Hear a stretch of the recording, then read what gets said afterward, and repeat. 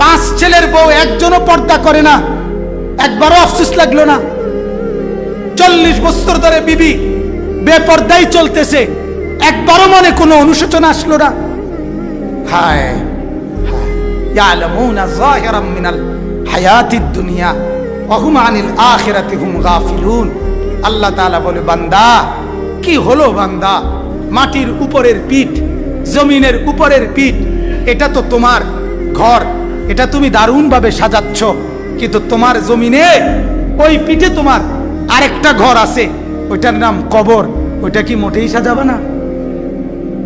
কথা বোঝেন নাই?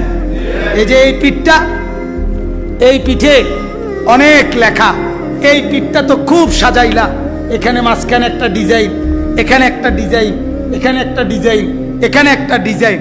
আল্লাহ বলেন, এটা তো সাজাইলা চমৎকার, কিন্তু এই পিঠটাতে একদম খালি। বুঝেন নাই কথা? এই কাগজের এই যে 2টা পিঠ, বলেন তো এটা থেকে আলাদা করা যায়? পয়সার 2 পিঠ আলাদা করা যায়? টাকার 2 পিঠ আলাদা করা যায়? তাহলে এই পিঠ তো সাজাইলা, এই পিঠ খালি কেন? আল্লাহ তাআলা এটা জানতে চাইছে।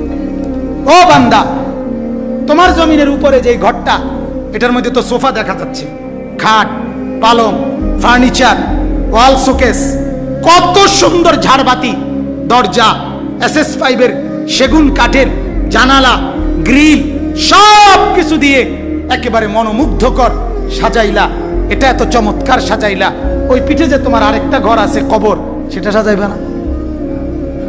অথচ এটাও মনে রাখবেন, তোমার এই ঘর যেটা তুমি এখন সাজাইলা মাটির উপরে, জমিনের উপরে, এটা তুমি একজনে যদি পুরা সাজাইয়া নাও যাও, আমার এই কথাটা বুঝছেন?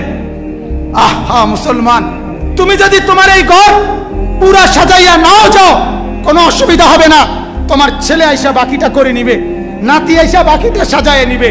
আল্লাহর কসম বাপ, তুমি যদি তোমার জমিনের ওই পিঠের ঘর কবর, ওইটা যদি তুমি সাজাইয়া না যাও, তোমার ছেলে ওইটা সাজাইতে পারবে না। এটা ছেলেও বানাইতে পারবে। আমার আব্বা ফাউন্ডেশন দিয়ে গেছে, আমি ছাদ দিছি, নাতি এ বাউন্ডারি আরে ইট গাঁথছে, হইতে পারে 3 পুরুষ মিল্লা বিল্ডিং শেষ হয়েছে, ঠিক কিনা বলেন না কেন? কিন্তু কবর